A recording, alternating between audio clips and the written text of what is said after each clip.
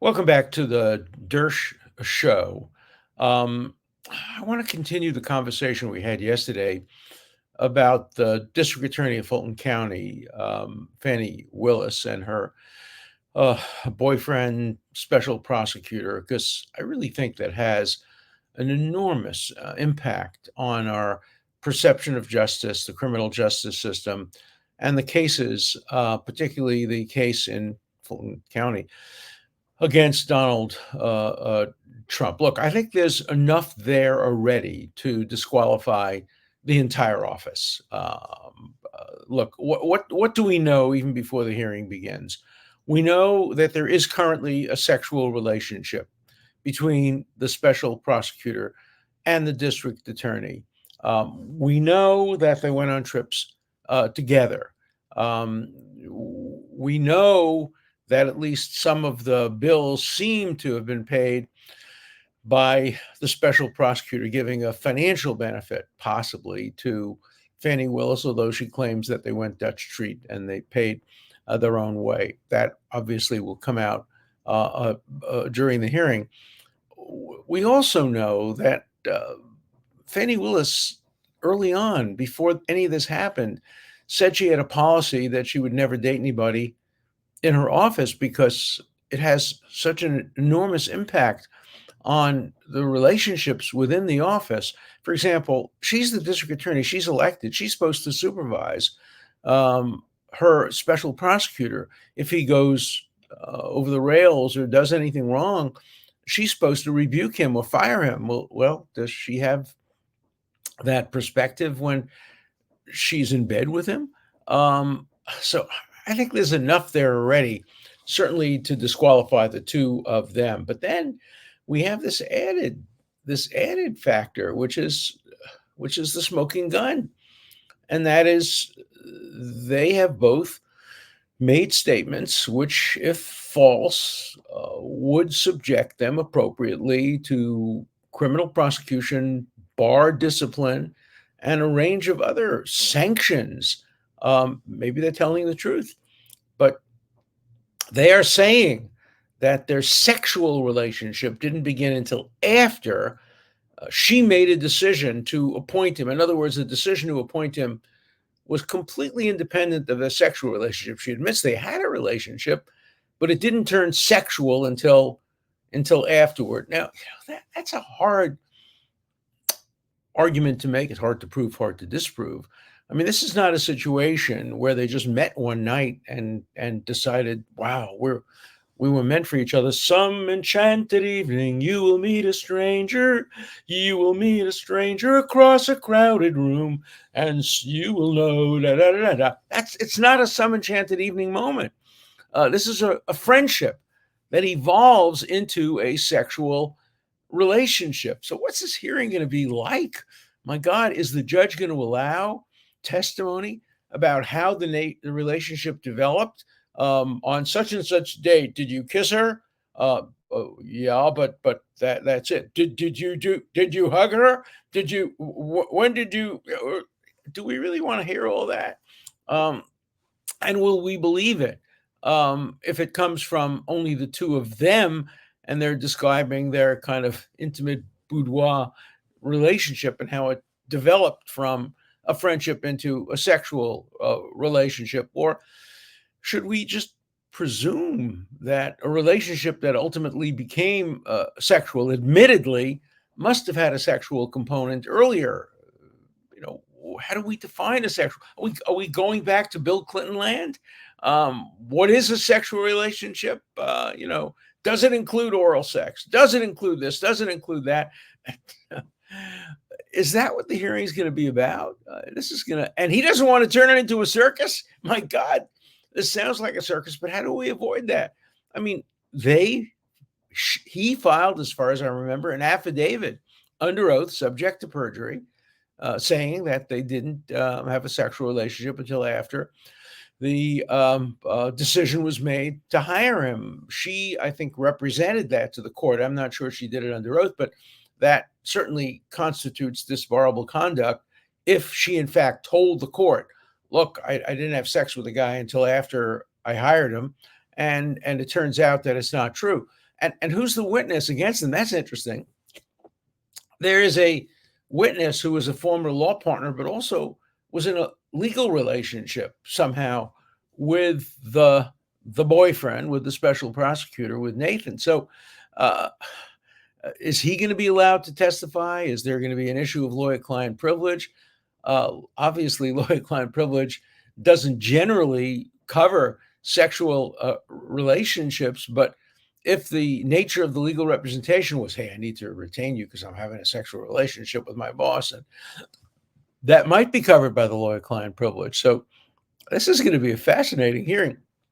I don't know whether it's going to be on television. So far, the material has been on television. I suspect that the legal arguments will probably be on television, but I wonder if the judge will allow the testimony, particularly this, if he allows testimony at all about the sex material to be televised. We know that he will allow testimony about any financial benefits that might have accrued to Fani Willis from appointing her friend to the special prosecutor's role.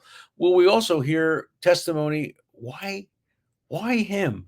I mean, putting everything else aside, let's assume nothing illegal had occurred.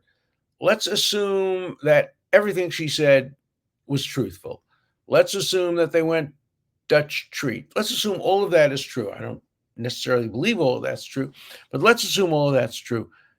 Can you imagine worse judgment by an elected prosecutor than to pick a man to be the special prosecutor who has no experience in RICO cases, who has not done a lot of felony, serious, complex prosecutions?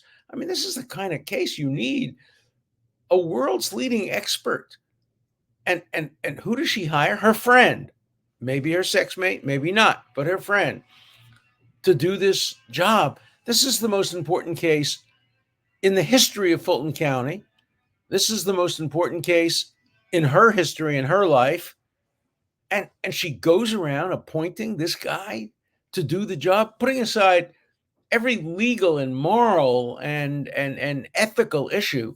Can you imagine anything dumber, stupider, showing poorer judgment than this? I can't imagine.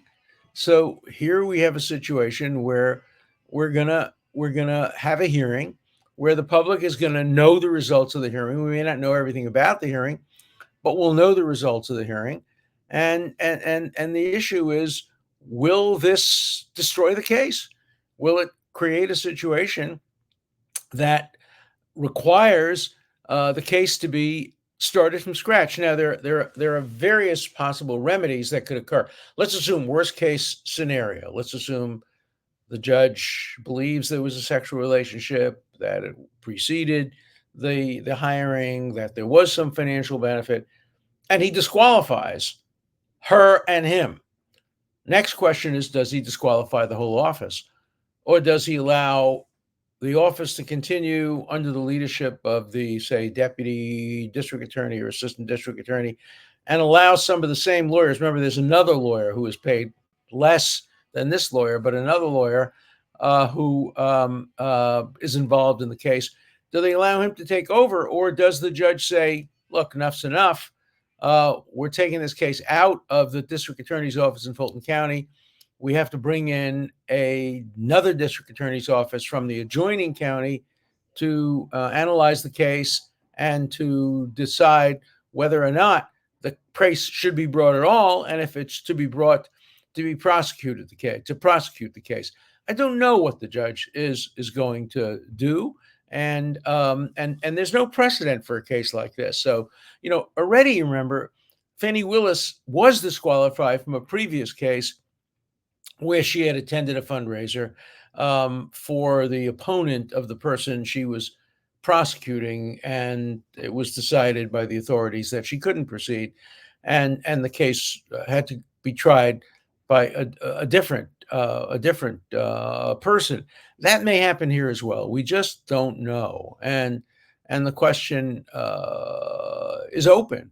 But again, the most important case in the history of this district attorney's office, the most important case in this district attorney's history, the most important case in the special prosecutor's history, and they mess it up like this, it's not going to be good for the office. It's not going to be good for any prosecutor to have this burden around him. And so the question is, where do we go from here, and how did we get here?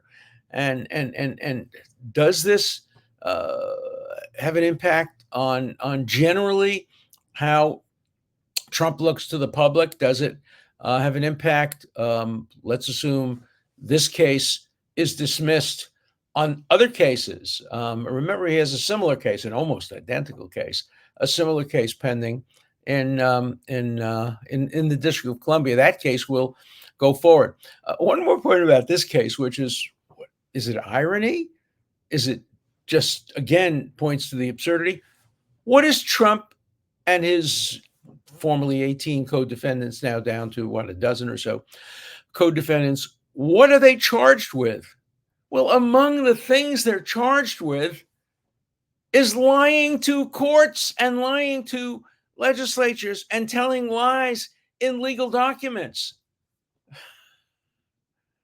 Can they be prosecuted by somebody who herself has been accused credibly? Whether it's true or not, we'll hopefully find out at the hearing. Can they be accused of lying in a court proceeding when, in fact, the prosecutor has been found by the judge, or at least arguably based on the evidence, to have herself lied in legal papers? I mean, the kettle, who's calling the kettle, all of that. And we have to ask all of those questions. And why do we have to ask all those questions? We have to ask all those questions only because of the decision of Fani Willis, the multiple decisions. Whether they're related or not, we'll find out at the hearing. But the decision to hire this guy, utterly less qualified than a dozen other people. I mean, I know a dozen lawyers in Georgia who would be 100% more qualified to prosecute this case than this guy. And second, let's assume what she says is correct. She then develops a sexual relationship out of a friendship with the guy she's just hired, paying him $650,000, then taking trips with him, Dutch Street to be sure, but trips with him anyway. This just it doesn't pass the smell test. It doesn't pass the shoe on the other foot test. It doesn't pass the test of how prosecutors should conduct themselves. But a lot will depend on what happens at the hearing. The hearing is being held on Thursday. Again, don't know the extent to which it will be available to the public to listen to and watch. But we will certainly know the outcome and the result. And even if nothing happens, let's assume from the point of view of Fani Willis, best case scenario, judge disbelieves the testimony about sexual relationship prior thereto. He says there's nothing wrong with a sexual relationship. He finds that no financial benefits were achieved. And let's assume that, and they do a great job, and the special prosecutor wins a conviction. That conviction is going to be appealed. It's going to be appealed probably on many grounds, but certainly among the grounds will be the failure of the trial judge to disqualify Fani Willis and her boyfriend. That issue will go up to the higher courts, both in the state of Georgia and possibly to the federal courts and to the United States Supreme Court. It will always cast some doubts about the validity of the conviction. Look, she has a way out. Before Thursday or even after Thursday, she can recuse herself from the case. And if she recused herself from the case and fired the special prosecutor and hired some highly qualified, law professor who's written 10 books on RICO violations and other violations, or hire somebody who is beyond reproach, the greatest expert on RICO in the state of Georgia, maybe there's a possibility of redemption there. It's possible. It's possible that she could, by simply recusing herself and him, and assigning the case to the other prosecutor who's been involved, and maybe bringing on board a new guy with whom she is not going to have an affair, or a new woman, maybe the case could be salvaged. I don't think so. I think this case sounds like it's beyond repair and redemption. And you can say, who's the beneficiary of it? Is it Donald Trump? Well, if he's guilty, it's Donald Trump. If he's innocent, he's not the beneficiary. Fulton County is largely Democrat, but not as overwhelmingly, for example, as New York and the District of Columbia. So it's possible he and his co-defendants could get a fair trial. Already, they've been prejudiced by the fact that some of the co-defendants have pleaded guilty, including lawyers.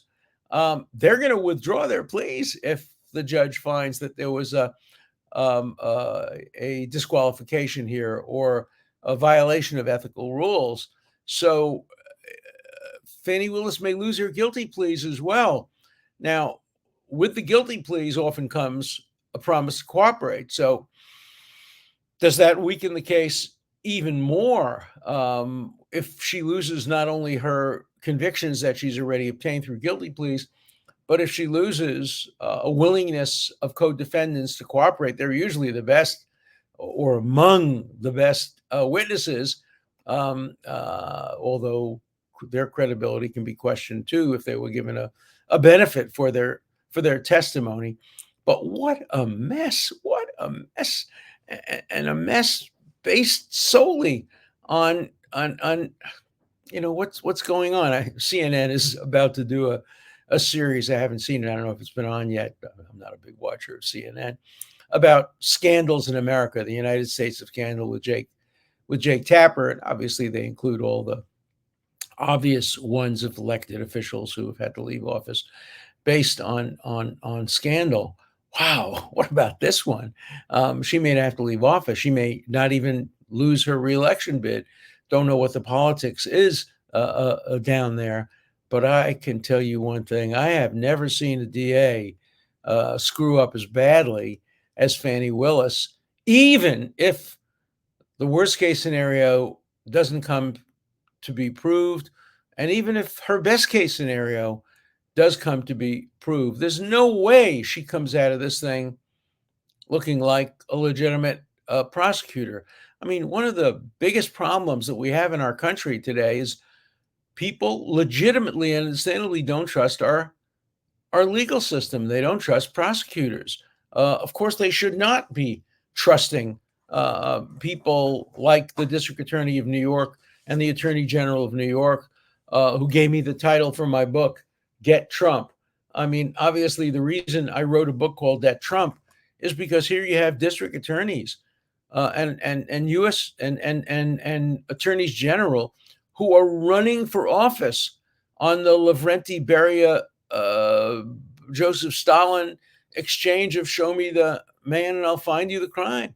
When prosecutors set out to prosecute somebody, that creates real problems of perception of the criminal justice system. I have to tell you, special counsel create problems of perception with the criminal justice system as well, whether they're called special prosecutors, special counsel, or independent counsel. Names change, but the focus doesn't change. You're given somebody a target and you're told, check it out and see if the evidence warrants prosecution of this target. You're not asked to look at the whole universe of people and see whether this person deserves. Now, in her case, the case of the special prosecutor of Joe Biden, he did do a comparative analysis, but he didn't do it right. And he alienated everybody in that case. He hurt Joe Biden by talking about him being, a nice old man who doesn't have much of a memory. And he helped Joe Biden by saying he shouldn't be prosecuted on the basis of the wrong criteria. And so we live in an age where where prosecutors and the entire criminal justice system is under a microscope, and the negatives are so high. And when you don't trust your criminal justice system, it's really dangerous to the rule of law. And I think Fani Willis has done more to cause distrust in our criminal justice system than all the other prosecutors in this case. Well, maybe Bragg in New York for bringing a prosecution based on a non-crime. But Fani Willis has certainly done a real job of influencing in a most negative way how our criminal justice system operates. So stay tuned. On Thursday, we either will hear or we won't hear. I hope we hear. I hope this judge, who seems like a decent, balanced, young judge, will open the proceedings, let it be on television, let them claim privileges if they don't want to testify. I don't think they have any real privileges, and let the public make its own determination as to whether or not this justice can be achieved in a situation where you have this kind of relationship between the elected prosecutor and the special prosecutor that she appointed, and now is involved in a sexual relationship with involving trips and payments of trips, et cetera, and payments of money to the special prosecutor and his lack of qualifications. Let's put that all out there. The judge will write a decision. The options are multiple as to what he can do. At the very least, I think he should disqualify her and him. I think he should also disqualify the office. I don't think he will go so far as to dismiss the case, but it certainly gives more hope to the co-defendants in this case that it's not going smoothly for the prosecution. So stay tuned, and we'll see what happens. Let's turn to some letters. I got some very good letters since yesterday. All right, I made a mistake. I called her Taylor Smith instead of Taylor Swift. No, I'm not a Swiftie. I don't think I have ever heard her sing a song. My wife tells me she's great, and I will listen to her sing a song. She seems able and talented. I don't like her getting involved in politics, but I don't like anybody who is celebrities getting involved in politics. But I called her Taylor Smith. Apparently, I didn't even know that. I know her name is Taylor Swift, but I just misspoke. But I'm not running for office. And so, if President Biden had called her Taylor Smith, it would be over. I mean, the Swifties would all turn against him, and that would destroy a lot of his base within the Democratic Party. So I'm sorry, Taylor Swift. I will listen to your music, decide whether to become a Swiftie or not. But I know now your name. I knew her boyfriend's name more than I knew her name, because I follow football more than I do popular singing. Okay. Isn't it true in the United States that the trier of fact is not even allowed to consider a defendant's lack of cooperation in deciding a case? Yes, that's generally true. And that's why it shouldn't have been considered by the special counsel in this case. The jury should not know whether or not a defendant cooperated or didn't cooperate. It should be based on the evidence in the case. Now, if the defendant puts in evidence of his lack of mental capacity, then the jury can hear it if it's relevant. But do you think that if President Biden were to come to trial, he would actually put in the evidence that he had a bad memory? I do not think so. That relates to another question. They asked me, one of the questions is, why didn't I mention the fact that a sitting president, why didn't Dershow ever mention the rule against indicting a sitting president? First, there's no rule we know of. We're not sure. The Justice Department has a policy. The reason I didn't mention it is because the special counsel, Hurt, said that's not the reason he's not prosecuting. He said even if he could prosecute, he wouldn't prosecute based on the fact that his memory and all of that kind of stuff, and that the jury wouldn't convict. Wrong reason, wrong basis, wrong criteria. but it doesn't. He didn't base it on the fact that there was that he's a sitting president, and of course, a sitting president, as we know, can be indicted after he leaves the presidency, particularly in this case, if the statute of limitations still applies, because what he didn't do as president, and there'd be no case of immunity. Okay. Professor, a court in the Netherlands has barred the government from selling spare jet fighter parts in Israel. Hamas activists are seeking similar legal measures in Great Britain.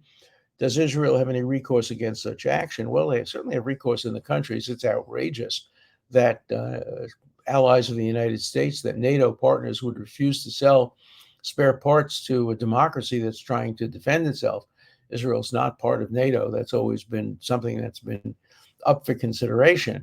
But I think it's outrageous. And I have to tell you, for me, if the Netherlands goes along with this, I would myself urge a boycott on the Netherlands. I don't think it's appropriate to boycott Israel. Do the Netherlands boycott Iran? Do they boycott China? Do they boycott Cuba? Do they boycott other countries? Is this only Israel? Is it only anti-Semitism or anti-Zionism? These are issues that I think Netherlands has an obligation. Speaking of Netherlands, by the way, people have seen the film Anne Frank or read the book Diary of Anne Frank, somehow have the wrong impression that there were a lot of people in the Netherlands who helped Jews during the Holocaust. The Netherlands was one of the worst countries in Europe in terms of protecting Jews. Many Dutch citizens regarded themselves as ethnically German, and there was an enormously high level of support for Nazis among the Dutch. And so don't give the Dutch a free pass. The history of anti-Semitism in Holland is great, and the most recent manifestation of it is the refusal by a court to allow Dutch companies to sell needed, necessary defense parts to Israel. So no cheers for Holland on this show. What is the purpose of the 25th Amendment? That's a really interesting question. 25th Amendment was written because of the failure of the Constitution itself to provide for a situation where a president was incompetent. The impeachment clauses of the Constitution provide only for removal based on criminal type misconduct, treason, bribery, or other high crimes and misdemeanors. So if you have a president who had a stroke, as Woodrow Wilson did, or other major incapacitating illnesses, there was no real way of removing them under the impeachment clauses. You could not impeach them. It wasn't their fault. They had the stroke. They didn't commit criminal conduct. So the 25th Amendment was introduced to create an alternative.